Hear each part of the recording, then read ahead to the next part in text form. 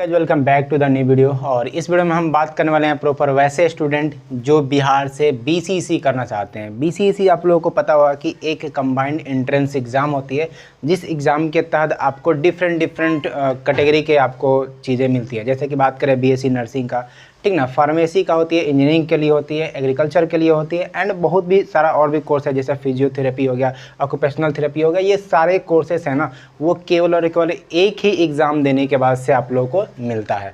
वो है आपका एग्ज़ाम जिसका नाम है एग्ज़ाम का बीसीईसी। तो बीसीईसी का जो एग्ज़ाम है वो प्रॉपर 2024 के जितने भी स्टूडेंट हैं उनका कुछ दिन पहले तक फॉर्म भरने का डेट था, और फॉर्म भर के वो लोग अभी कंप्लीट रूप से अपना प्रिपरेशन की तरफ ध्यान केंद्रित करेंगे। ठीक है, अब हम डिस्कस करने वाले हैं कि देखिए शुरू में होता क्या है। जिन बच्चों को पता नहीं है कि बीसीईसी क्या है, बीसीईसी एक्चुअल में कैसे फंक्शन करती है और इसका क्या एक स्ट्रैटेजी होना चाहिए था, जिस स्ट्रैटेजी के अनुसार अगर हम बढ़ें तो हमारे पास आने वाला 3 से 4 मंथ के बाद से जो एग्ज़ाम होगा, ठीक ना, या जब भी एग्ज़ाम होगा उस एग्ज़ाम में हम अच्छा परसेंटेज के साथ, अच्छा रैंक के साथ हम क्वालिफाई करें, और ना कि केवल क्वालिफाई करें बल्कि गवर्नमेंट इंजीनियरिंग कॉलेज में एडमिशन लेना हो उसके लिए हम जा सकें, या गवर्नमेंट मेडिकल कॉलेज में एडमिशन लेना हो उसके लिए जा सकते हैं, या गवर्नमेंट एग्रीकल्चर कॉलेज में एडमिशन लेना हो तो उसके लिए हम जा सकें। तो मेरा जो बस जिम्मेवारी इतना रहेगा कि हम इस वीडियो से आपको वो चीज़ प्रोवाइड करें जिस चीज़ से आप अगर इसको फॉलो करते हैं तो मैं 100% डैम श्योर कर सकता हूँ कि आपका रैंक अंडर 100 होगा। ठीक है, बस इतना फॉलो कर लेना। जो मैं स्ट्रेटेजी डिस्कस करने वाला हूँ, जो मैं आज के वीडियो में आपको देने वाला हूँ, उतना अगर आप फॉलो कर लेते हो तो 110% लिख के रखो कि ये स्ट्रेटेजी काम करती है। मैंने कई सारे बच्चों को देखे हैं, कई सारे ऐसे लोगों को देखे हैं जो इस स्ट्रेटेजी को फॉलो करते हैं, उनका अच्छा रैंक आ जाता है बीसीईसी में। तो आज हम इसको आपके साथ शेयर करने वाले हैं। तो देखिए हम जो चीज़ें हैं ना, जो बीसीईसी जो 2024 का नोटिफिकेशन निकला है, इसमें हम आपको गाइड करने के लिए 3 पैरामीटर को ले रखे हैं। ठीक है, क्या डिफाइन कर रखा है? 3 पैरामीटर को। सबसे पहला जो मेरा पास पैरामीटर है जिसका हमने नाम दिया स्ट्रैटेजी। इस स्ट्रैटेजी में हम लोग क्या करेंगे कि एक प्रॉपर स्ट्रैटेजी बनाएंगे कि मुझे कैसे पढ़ाई करना है, क्या चीज़ करना है, क्या चीज़ नहीं करना है, कितना करना है और कितना नहीं करना है। क्योंकि आपको समझ में आ रहा होगा ना, सिलेबस आपने देखा होगा, सिलेबस में बहुत सारा चीज़ें हैं, बट बहुत सारा चीज़ें पूछी जाएंगी, इसका कोई श्योरिटी नहीं है। बहुत सारा चीज़ें हैं जो आपको करने के बाद से पता चला है कि ये चीज़ तो पीवाईक्यू में है ही नहीं, पीवाईक्यू में तो पूछी ही नहीं गई है, ये तो उतना इंपॉर्टेंट था ही नहीं, और मैंने उस पर ज़्यादा टाइम दे करके पढ़ लिया है। तो वो ऐसा नहीं है कि पढ़ना बेकार जाएगा, बट हाँ वो एक आपके पास रहेगा कि भाई पढ़ लिया लेकिन आया नहीं, तो उसको पढ़ के क्या फ़ायदा। तो आप वो चीज़ें करो ना जो चीज़ें एग्जाम में पूछी जा रही है, जो चीज़ें आपको फ़ायदा होने वाली है, तो वो कैसे पता चलेगा? वो due to analysis, due to आपको कुछ टिप्स एंड ट्रिक पता रहेगा, तभी आप वो चीज़ कर पाओगे। वही चीज़ मैं आपको इस वीडियो में देने वाला हूँ। तो वो हम स्ट्रेटेजी डिस्कस करेंगे साथ में। देखिए अब स्ट्रेटेजी हम डिस्कस कर लेंगे, तो ये स्ट्रेटेजी तो बहुत लोग बनाते हैं, बहुत लोग प्लानिंग करते हैं कि ये करेंगे, वो करेंगे, ऐसे करेंगे, वैसे करेंगे, बट स्टडी करने का एक प्रॉपर तरीका नहीं पता होती है कि आपको स्टडी कैसे करना चाहिए था, और स्टडी करने का क्या बेस्ट प्रॉपर तरीका होता है बीसीईसी एग्ज़ाम के लिए। हम बात कर रहे हैं यहाँ पे केवल और केवल बीसीईसी स्टूडेंट के लिए। बीसीईसी स्टूडेंट ऐसे भी होते हैं जो कि दिन के 10 घंटे पढ़ते हैं, दिन के 12 घंटे पढ़ते हैं, फिर भी उनका रिजल्ट नहीं हो पाता है। तो कहीं ना कहीं जो स्टडी में उनका एक कॉन्फिडेंस होता है कि हो जाएगा, नहीं होगा, क्या होगा, नहीं होगा, ये कन्फ्यूजन होती है। वो स्टडी करने का आज आपको बिल्कुल 100% तरीका पता चला है कि स्ट्रेटेजी के साथ आपको स्टडी करने का क्या तरीका होता है। तो वो हम स्टडी पे बात करेंगे।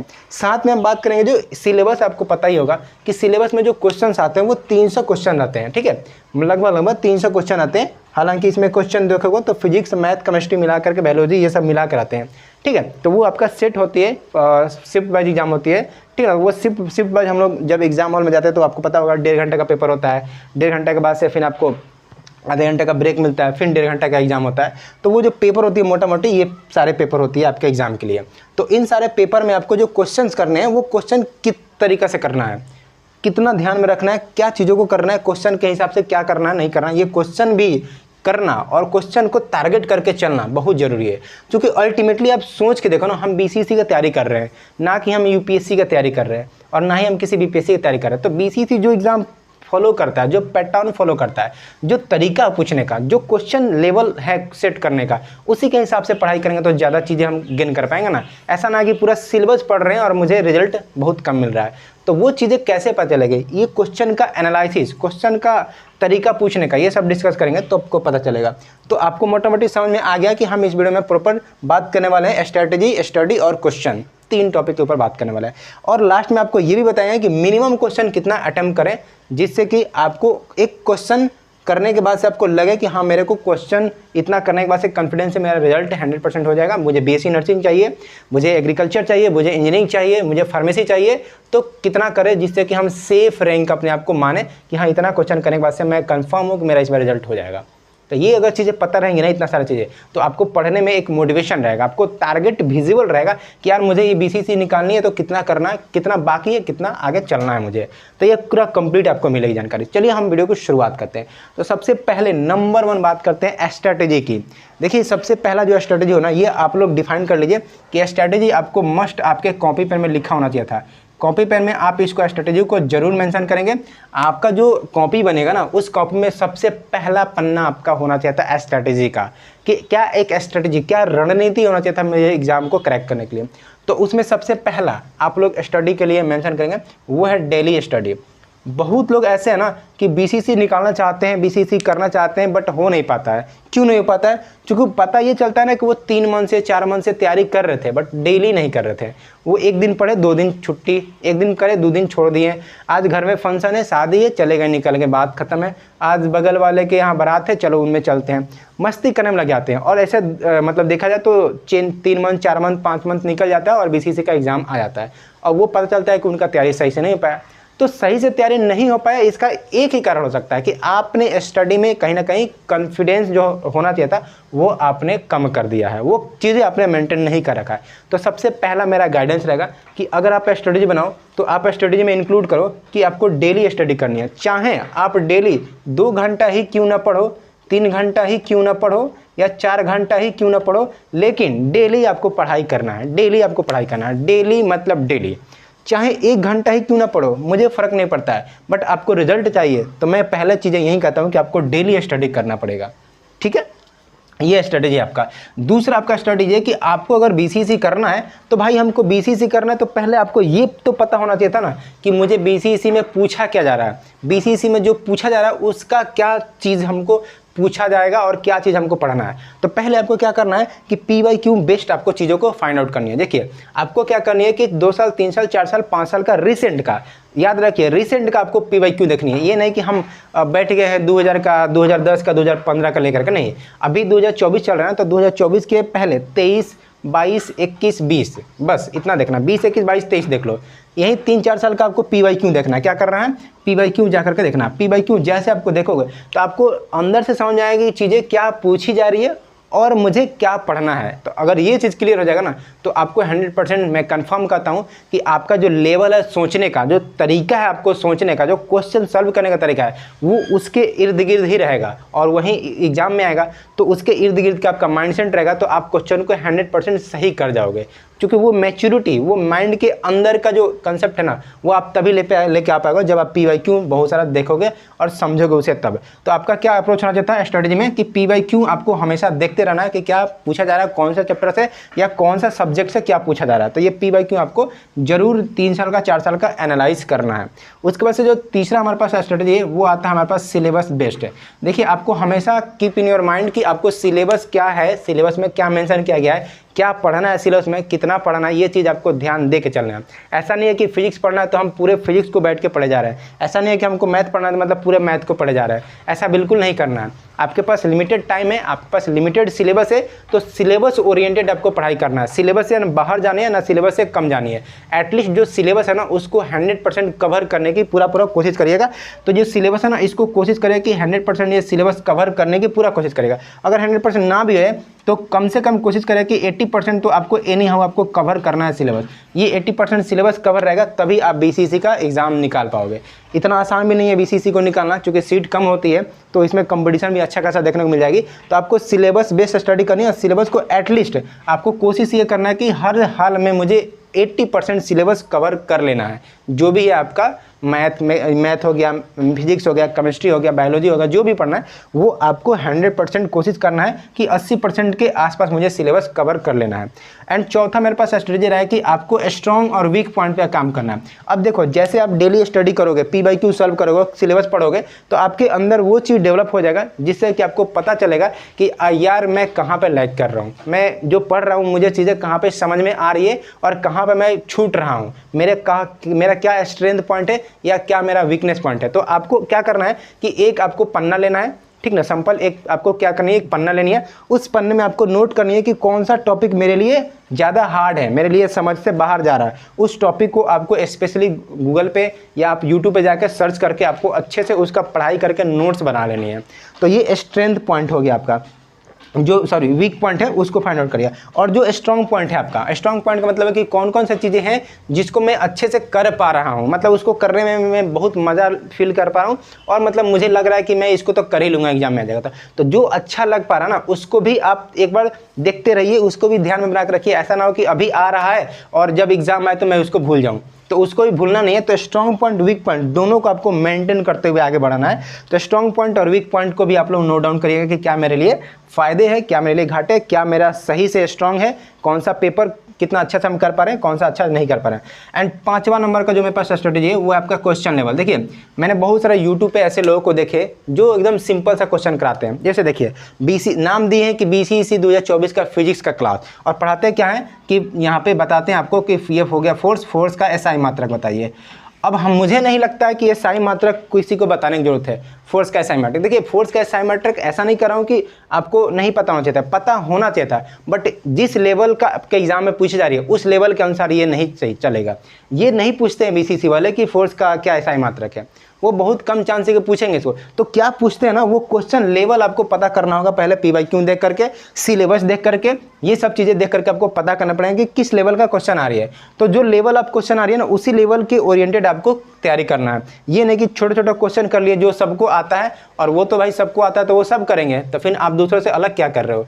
तो आपको वो थोड़ा सा अवॉइड करनी है। आपको क्या करनी है कि जो जिस लेवल के क्वेश्चन एग्जाम में पूछे जाते हैं, जिस लेवल के तैयारी आपका होना चाहिए था, उस लेवल ऑफ क्वेश्चन को आपको पकड़ना है। और ये कैसे पकड़ोगे, कहाँ से पकड़ोगे, तो मैं आपको जानकारी के लिए बता दूं। देखिए नीचे मैंने एक व्हाट्सएप ग्रुप का लिंक दे दिया है, उस ग्रुप में आप जाकर के ज्वाइन कर लेना। जो भी क्वेश्चंस हैं, जो एक लेवल के क्वेश्चन होते हैं जो BCEC पूछती है, उसमें हम शेयर कर देंगे। ठीक है, मेरे पास जो भी क्वेश्चन का कलेक्शन है उसमें मैं शेयर कर दूंगा, तो आप जाकर के उसको चेकआउट जरूर कर लीजिएगा। वो आपको ग्रुप में मिल जाएगा, ग्रुप आप लोग जरूर ज्वाइन कर लीजिएगा बाबू सभी लोग। अब बात करते हैं हम लोग रिवीजन। सबसे मोस्ट इंपॉर्टेंट चीज़ है कि इतना चीज़ जैसे आप लोग करोगे ना तो आप बहुत सारा चीज़ों को भूल जाओगे। सिलेबस पढ़ोगे, डेली पढ़ोगे, ठीक ना, स्ट्रॉन्ग पॉइंट वीक पॉइंट पे काम करोगे, उसके साथ साथ सिलेबस के साथ साथ आप जो PYQ सॉल्व करोगे, तो आपको कहीं ना कहीं लाजमी है कि आप जो चीज़ें पढ़ रहे हो ना वो भूलना तय है आपका। तो भूलना जो तय है इसके लिए आपको क्या करना पड़ेगा, रिवीजन मोड का कंसेप्ट लेके आना पड़ेगा। क्या करना पड़ेगा, रिवीजन मोड का कंसेप्ट लेके आना पड़ेगा। अब भाई ये सर रिवीजन मोड क्या है, पहले ये बता दीजिए आप। रिवीजन मोड मेरा कहने का सिंपल सा मतलब ये हो गया कि आपको क्या करनी है कि आपको जितना चीज़ें पढ़ना है ना उतना सारा चीज़ों को आपको नोट डाउन करके रखनी है, और नोट डाउन करके आप नोट्स बनाएंगे बाबू, ठीक है। और क्या करेंगे, हर 7वें दिन पे क्या करनी है, हर 7वें दिन पे, यानी एवरी संडे को, एवरी संडे या सैटरडे या मंडे जो भी डेट हो आप फिक्स कर लीजिएगा कि हम सप्ताह का पढ़ाई करेंगे। और एक सप्ताह के एक दिन में हम कोई भी दिन, संडे मंडे ट्यूसडे जो भी दिन हो, उस दिन हम क्या करेंगे, अपने आप को रिवीजन मोड में लेके जाएंगे। मतलब उस दिन नया बिल्कुल नहीं पढ़ेंगे, हम जो चीज़ें एक हफ्ता पढ़े हैं उसको बस रिवाइज करेंगे। बस क्या करेंगे, उसको रिवाइज करेंगे, उसको कॉपी पलटेंगे, देखेंगे एक हफ्ता से हमने क्या पढ़ रखा है, कितना पढ़ा है, ठीक है ना, क्या चीज़ें छोड़ी है, क्या चीज़ें बची हुई है, उसको बस हमको एनालिसिस करना। मतलब कि एक हफ्ता में एक दिन आप निकालिएगा, पूरा दिन, जिस दिन में आपको बस रिवीजन करनी है, क्या क्या पढ़ाया गया है, क्या क्या पढ़े हैं, उसको बस रिवाइज करनी है। ठीक है बाबू, तो ये आपको रिवीजन मोड करना होता है। ये आपका बेस्ट स्ट्रेटेजी होना चाहिए था। इतना चीज़ करोगे ना तब आपका एक स्ट्रेटेजी कंप्लीट होता है, जिस स्ट्रेटेजी के तहत मैं गारंटी देता हूं कि आपको जो अंडर 100 रैंक है ना, इसको लाने से कोई नहीं रोक सकता है। इस बात को लिख के रख लीजिए, कोई नहीं रोक सकता है। क्योंकि इतना करने का मतलब ये हो गया कि आप एक सिंसियर बच्चे हो, आप एक फोकस्ड स्टूडेंट हो। आपका टारगेट BSc नर्सिंग करना हो, या आपका टारगेट B फार्मा करना हो, या इंजीनियरिंग करना हो, या एग्रीकल्चर करना हो, जो भी है उसके बेस्ट आप अपना तैयारी इतना करने के लिए एलिजिबल हो, तो आप अंडर 100 रैंक की उम्मीद मैं आपसे कर सकता हूँ। अगर बाबू इतना नहीं करते हो ना, सच्चाई बता रहा हूँ, ये एग्जाम इतना आसान भी नहीं है कि आप निकाल लोगे। ठीक है, तो इतना आपको ध्यान रखना पड़ेगा। तो ये तो स्ट्रेटेजी की मैंने बात करे हैं। अब बात करते हैं भाई सर, ये बताइए सर थोड़ा सा कि हम अगर पढ़ाई कर रहे तो स्टडी कैसे करें। ये तो सर आपने बता दिया स्टडी है कि इस तरीक़ा से आपको इस तरीक़ा से आपको आगे बढ़ना है। ठीक है सर, हम स्टडी कैसे करें, सबसे इंपॉर्टेंट चीज़। तो देखिए स्ट्रेटेजी करने के लिए मैं बता दूँ आपको 4 चीज़ें करनी पड़ेंगी। क्या करनी पड़ेंगी बाबू, 4 चीज़ें। मेरा खुद का एक्सपीरियंस है कि ये 4 चीज़ें आपको स्टडी के लिए always keep in your mind, कि ऑलवेज आपको ये फॉलो करनी है। पहला पॉइंट आप याद रखिएगा कि आपको क्या करनी है, कंसिस्टेंसी मेंटेन करनी है, ठीक ना। कंसिस्टेंसी आपको मेंटेन करनी है। जो चीज़ मैं यहाँ पर स्टडी में डिस्कस कर चुका हूँ, डेली आपको स्टडी करनी है, वो चीज़ है। दूसरा पॉइंट है कि आपको ध्यान रखनी है कि कटअप क्या जाती है। कटअप का मतलब मेरा ये हो गया कि आपको जानना ये पड़ेगा कि मुझे अगर बीएससी नर्सिंग के लिए तैयारी करनी है, या मुझे एग्रीकल्चर के लिए तैयारी करनी है, या मुझे इंजीनियरिंग में जाना है बीसीसी का एग्जाम देकर, या मुझे मेडिकल में जाना है, या मुझे बी फार्मा करना है, तो बीसीसी का जो एग्जाम मैं दे रहा हूँ उसका कटअप क्या जा रहा है, उसके ओरिएंटेड आपको काम करनी है स्टडी के लिए। सिंपल सा एग्जांपल देता हूँ, जैसे कि समझ लीजिए मुझे अगर बीएससी नर्सिंग चाहिए किसी भी कॉलेज में, गवर्नमेंट कॉलेज में, तो गवर्नमेंट कॉलेज के लिए बीएससी नर्सिंग के लिए आपको एटलीस्ट 165 प्लस क्वेश्चन सही होना चाहता है। 165 प्लस क्वेश्चन सही होने का मतलब ये 300 में से मैं बात कर रहा हूँ, 300 में से आपको 165 प्लस क्वेश्चन सही करना पड़ेगा। अब 165 से 70, 80, 190 के पास जाते हो तो आपको मैक्सिमम चांस है कि बीएससी नर्सिंग मिलना तय है, मिल जाएगा, कोई दिक्कत नहीं है।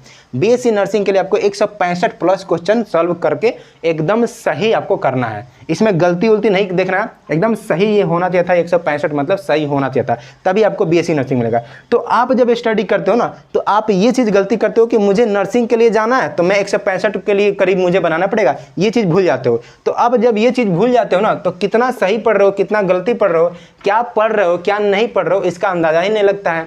तो आप 2 घंटा पढ़ोगे, 3 घंटा पढ़ोगे, क्या स्कोर रहा, क्या स्कोर नहीं रहा, इससे कोई फर्क नहीं पड़ेगा, क्योंकि आपको कटअप पता ही नहीं है ना कि कटअप कितना जाता है। आपको पता ही नहीं है कि आपको कितना अटेम्प्ट लेना है, कितना छोड़ना है। तो जब वो चीज़ें पता नहीं है तो आप 10 भी गलती करोगे या 5-10 भी क्वेश्चन सही करोगे तो बस अपने आप में खुश हो जाएगा, वाह वाह वाह वाह, हम तो बहुत बढ़िया कर लिए, 10 क्वेश्चन सही हो गए, मेरा 15 क्वेश्चन। हमारी 10-15 क्वेश्चन से क्या होने वाला है। आपको मैं कटअप बता रहा हूँ ना कि कटअप 165 जाता है आपका बीएससी नर्सिंग का, या एग्रीकल्चर का तो 145 जाता है, या बी फार्मा करना है तो 140 जाता है, या इंजीनियरिंग करना तो 100 प्लस जाता है। तो ये 300 में से इतना क्वेश्चन आपको सही करने पड़ेंगे, इतना आपको क्या करना पड़ेगा, राइट करना पड़ेगा, RIGHT राइट, ये इतना राइट करना पड़ेगा बाबू। तो इतना राइट करने के लिए आपको फाइट करने के लिए सिलेबस का स्टडी जो है उसके अंदर आपको करना पड़ेगा। मतलब कि इतना में से इतना सही करना, तो आपको अब अंदाजा लगेगा कि यार मुझे इतना सही करने के लिए कितना पढ़ना पड़ेगा, है ना। तो वो चीज़ क्लियर होना चाहिए था, और यही बच्चों को पता नहीं चलती है शुरू में, ठीक है ना। तो गलती तो हो ही जाएगी ना, गलती करोगे तो फिर आप ही को फायदा और घाटा देखने को मिलेगा, ठीक है। तो गलती नहीं करनी है, आपको पहले कटअप सेट पता होना चाहिए था कि अगर मुझे बीएससी नर्सिंग के लिए जाना है तो क्या करना पड़ेगा, कितना सही करना पड़ेगा, इसका दिमाग में आपको फिट हो जाएगा, फिर उसके अनुसार आप स्टडी करने पर वापस आओगे, ठीक है। अब आपको पता चल गया है कि बीएससी नर्सिंग मुझे 165 कट जवानी है, तो आपको अब लगेगा कि यार मुझे 165 पहुंचने के लिए 4 घंटा पढ़ना पड़ेगा, 5 घंटा पढ़ना पड़ेगा, 6 घंटा पढ़ना पड़ेगा। तो आपको अंदर से एक मोटिवेशन आएगा कि यार मुझे बीएससी नर्सिंग ही करना था, मुझे इसके लिए 2 घंटा नहीं काम चलेगा, 2 घंटा से बिल्कुल काम नहीं चलेगा, मुझे 4 घंटा पढ़ना पड़ेगा। तो 4 घंटा के लिए मोटिवेशन रहोगे, आप मोटिवेटेड रहोगे तो 4 घंटा आप बेशक बैठ के पढ़ोगे। और ये कटअप नहीं पता तो क्या फर्क पड़ता सर, 10 क्वेश्चन सही है तो मतलब बना रहा हूँ, चल रहा है सर, तैयारी मस्त चल रहा है मेरा। भाई वैसे तैयारी नहीं होती है, वैसे आप लोग जो तैयारी करते हो ना वो बिल्कुल गलत तरीका है तैयारी करने का। तो तैयारी करने का तरीका ही समझ में आया ना आपको कैसे करनी है। पहले कटअप पता करनी है, कटअप के अनुसार आपका स्टडी का डिसाइड करना है कि मुझे कितना घंटा पढ़ाई करनी है, ठीक है। अब बात करते हैं हम सिलेबस के अनुसार। अब देखिए जो पढ़ाई करनी है आपको सिलेबस बेस्ड करनी है। सिलेबस को मैं यहाँ पे डिस्कस किया हूँ तो कोई दिक्कत नहीं, हम सिलेबस को यहाँ पर डिस्कस नहीं करते, बट सिलेबस के ले करके स्टडी करनी है आपको। और सिलेबस जो है ना कि आपको क्या करनी है बाबू कि हार्ड कॉपी आपको निकाल लेनी है। हार्ड कॉपी मतलब है कि जैसे कि आप देखो मैं बताता हूँ, जैसे मान लीजिए कि मेरे पास पन्ना हो गया, ठीक है, ये मेरे पास पन्ना हो गया। इस पन्ने पे आपको क्या करना है, जैसे इस पे कुछ लिखा हुआ है समथिंग लाइक दैट, तो इस तरीके से आप जाओगे फोटोकॉपी दुकान पे और ये इस तरीके से आप सिलेबस निकाल के लेके आ जाओगे। सिलेबस जैसे आप निकाल के लेके आओगे और उसके रूम में, जैसे यहाँ पे मैं पढ़ रहा हूँ यहाँ पे, तो रूम में चिपका दूंगा इसको, ठीक है। एक चिपका देना है आपको, एक तो तरीका से आपको रख देना है, क्योंकि दिखे, वो आंखों के सामने आपको दिखे कि यार मैं यहाँ पे पढ़ रहा हूँ, मेरे पास ये सिलेबस है, मुझे इतना पढ़ना है, मुझे इतना खत्म करना है आज। मुझे फिजिक्स पढ़ना है तो फिजिक्स में इतना चीज़ें पढ़ने, मुझे इतना पढ़ना ही पड़ेगा। मुझे मैथ पढ़नी इतना चीज़ पढ़ना होगा, मुझे बायोलॉजी पढ़ना इतना चीज़ पढ़ना होगा। वो दिखना चाहिए आपको, तब आप पढ़ पाओगे। ऐसे मतलब फ़ोन में देखते हैं सिलेबस है, अच्छा चलो देख लेंगे यार। फ़ोन वाला ज़माना ज़रूर है, लेकिन फ़ोन वाला से सब काम हो जाए ऐसा ज़रूरी नहीं है। तो आपको कुछ चीज़ें हार्ड कॉपी निकालनी पड़ेंगे, तो हार्ड कॉपी आप लोग जरूर निकाल कर सिलेबस अपने पास रखिएगा। एंड उसके बाद से मैं बात करता हूँ बुक के लिए। देखिए बहुत सारा मार्केट में बुक अवेलेबल है, बहुत लोग बहुत बुक को फॉलो करेंगे, बट ठीक है, हम बुक पे स्पेशल वीडियो बना देंगे। अगर आपको चाहिए तो नीचे कमेंट कर दीजिएगा कि बीसीसी के लिए कौन सा बेस्ट बुक है, हम बता देंगे आप लोगों के लिए कि कौन कौन से आपको चीज़ों को फॉलो करना है। बट हाँ, कुछ स्टैंडर्ड बुक है जिसको आपको फॉलो करना है, जिससे फिंगर टिप्स आती है, ठीक ना। आप देखो तो एलन की बहुत सारा मटेरियल आती है, उसको आप फॉलो करना है। NCERT आती है, NCERT एनसीईआरटी को आप लोग फॉलो करना है। 12th में जो चीज़ें आपने पढ़ रखी है ना, उन सारे चीज़ों को आपने नोट्स बनाए होंगे, उन सारे चीज़ों को फॉलो करना। तो ये कुछ स्टैंडर्ड बुक है ना जिसको आपको फॉलो करना पड़ेंगे। फिंगर टिप्स इंपॉर्टेंट है, फिंगर टिप्स करोगे तो ऑलमोस्ट चीज़ें कवर हो जाती है, तो फिंगर टिप्स को आप लोग जरूर फॉलो करिएगा बुक के रेफरेंस पे। हालांकि कुछ और भी चीज़ें हैं जो मैं बता सकता हूं, अगर आपको बुक वाला वीडियो चाहिए तो नीचे कमेंट कर दीजिएगा, मैं जरूर बना दूंगा बुक के रिगार्डिंग कि बीसीसी के लिए कौन सा बुक बेस्ट है और कौन सा बुक आपको प्रीफर करना चाहिए था। ठीक है, उसके साथ हम बात करेंगे P/Q। देखिए आपको 100% जब भी स्टडी करो तो आपको P/Q आपको ऑलवेज सॉल्व करते रहना है, P/Q कभी छोड़ना नहीं है। P/Q आपको सॉल्व करने से अंदर से एक मोटिवेशन आएगा, एक स्ट्रेंथ आएगा कि P/Q में क्या पूछा जा रहा है, क्या नहीं पूछा जा रहा है, तो P/Q बेस्ड आपको स्टडी करनी है। तो ये स्टडी करने का जो तरीका था मैंने बता दिया है। अब फाइनली बात करते हैं क्वेश्चन कि सर जी ये बताइए ना, जो क्वेश्चन मेरे एग्जाम में आएगा वो क्वेश्चन का क्या सीन रहेगा। सिंपल बात है, सिलेबस इस तरीके से डिज़ाइन किया गया है कि सारे जो पेपर है ना, सारे पेपर से क्वेश्चन सेम आएंगे, उसमें कोई परिवर्तन नहीं है। हाँ, लेकिन आपको क्वेश्चन सॉल्व करने का और क्वेश्चन के अनुसार आपको बढ़ने का तरीका अलग अलग हो सकता है, वो तरीका मैं डिस्कस करूँगा। सिंपल बात है कि ये जो 300 का क्वेश्चन आएगा, ये 300 क्वेश्चन में आपको मैं बता दूँ कि फिजिक्स का जो है कि 100 क्वेश्चन आएगा, ठीक ना, केमिस्ट्री का भी 100 क्वेश्चन आएगा, मैथ का भी 100 क्वेश्चन आएगा। अगर आप PCM से हो तो, अगर PCB से हो तो यही चीज़ आपका हट के बायोलॉजी हो जाएगा। PCA हो तो ये आपका ये एग्रीकल्चर वाला ऐड हो जाएगा। तो 100 का क्वेश्चन आएगा, ठीक है, वो तो सिंपल है, आपको समझ में आ ही रहा होगा। अब मैं बता दूं कि जो क्वेश्चन आएगा ना 100 क्वेश्चन 100 क्वेश्चन 100 क्वेश्चन, इसमें आपको क्या करनी है कि आपको पहले डिफाइन करना होगा कि मेरा कौन सा स्ट्रेंथ है पेपर में, मतलब कौन सा पेपर में सबसे बेहतर कर सकता हूँ।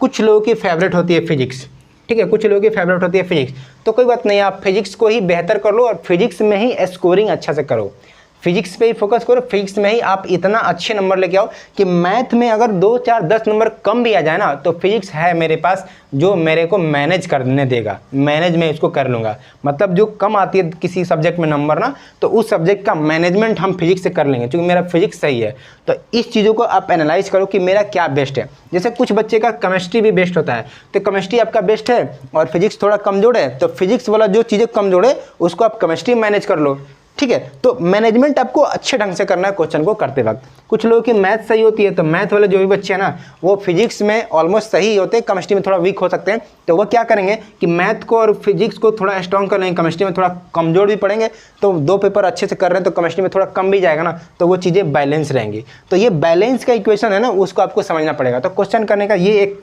प्रोसेस था जो मैंने आपको बताया है। और आपको ध्यान में रखना है कि जो क्वेश्चंस हैं वो तीनों से सब्जेक्ट से सेम क्वेश्चन पूछे जाएंगे, तो इसमें कोई डिफरेंस नहीं है कि आपको अलग से इसके लिए मेहनत करना, उसके लिए अलग से मेहनत आपको जहाँ करनी है जहाँ से चीज़ें आपको अच्छा से आने वाला है।